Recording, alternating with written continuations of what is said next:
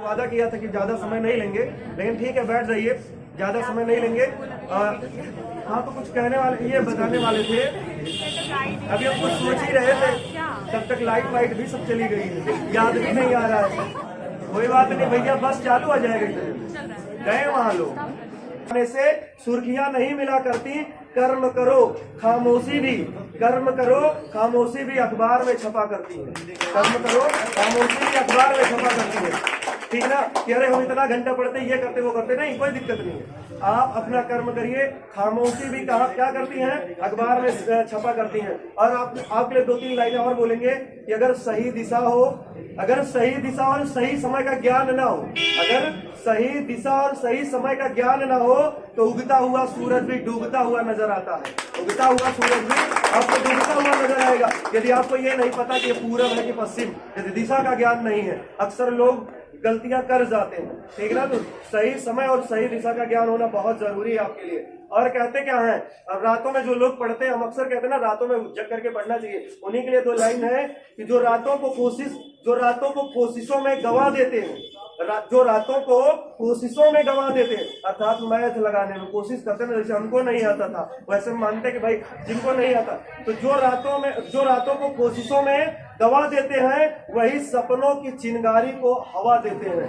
वही सपनों की चिंगारी को हवा देते हैं। समझ रहे हैं ना, तो ऐसे ही करना है आपको, रातों को क्या करना है, कोशिशों में गंवाना है।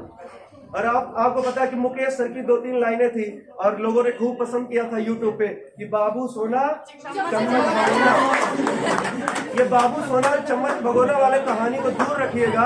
आप जीवन में सफलता के, जैसा भी डेविड ने बताया कि सर कहते थे कि जब आप सफलता के बिल्कुल पास होते हैं तो तरह तरह बाधाएं आती हैं। वही हम आपको हमेशा कहा करते हैं कि हमारे पिताजी जब खेत जोतते थे, खेत जोतने के बाद जब हेंगाया जाता था खेत को, तो लास्ट वाला चक्कर बचा होता था हेंगाने के लिए, तब बैल बेचारा 2-3 डंडा जरूर मार खाता, काहे उसको भी बदतमीजी आने लगती थी। लास्ट वाले चक्कर में अपन कान इधर उधर जरूर करता रहा, समझ रहे ना, अगर वो चाहता उसको लास्ट वाला चक्कर कर लेता तो मार न खाता, तो उसके लिए भी बाधाएं वही थी। वैसे आप लोगों के लिए जब आप बिल्कुल लक्ष्य के करीब होते हैं तो तरह तरह की बाधाएं अलग अलग दिशा में अलग अलग प्रकार की आप करके आकर के आपको घेर लेगी, आपको सक्सेस होने से रोकना स्टार्ट करेंगे। जब आप बिल्कुल लक्ष्य के करीब होंगे वही समय होगा जब आप सक्सेस हो जाएंगे, अगर उन्हीं को आप नजरअंदाज कर देंगे। समझ रहे हैं ना, और हम आपको हमेशा कहते हैं, मैं जो लोग निराश हो जाते हैं, हम हमेशा हर क्लास में ही कहते हैं मैं यार लगातार असफल हुआ हूं, मुकेश सर लगातार असफल हुए, आपके सामने हैं।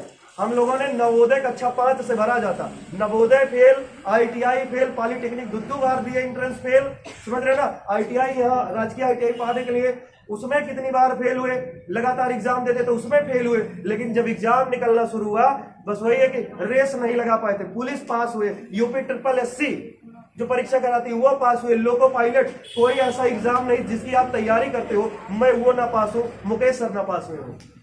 समझ रहे हैं ना, ऐसी परीक्षा हम लोग खुद पास हुए हैं। और इसीलिए कहते हैं उसको क्या पता है भाई, जो कभी नदी में तैरा तक नहीं, उसको कैसे पता है कि नदी में कैसे तैरा जाता। मैं तो खुद उस नदी में तैर करके आया हूँ, समझ रहे हैं, उस नदी को पार करके आया हूँ, मैंने UP SSC दिया है। अब आपको गुरु जी अपन अकेले बढ़ाई कराते नहीं भैया, बढ़ाई नहीं, आपको बता रहे हैं जो आप निराश हो जाते हो, इसलिए कभी निराश ना हो। कहते हैं ना, नर ना हो निराश, पर कुछ काम करो, कुछ काम करो, जग में रहकर कुछ काम करो, तो निराश ना हो भाई।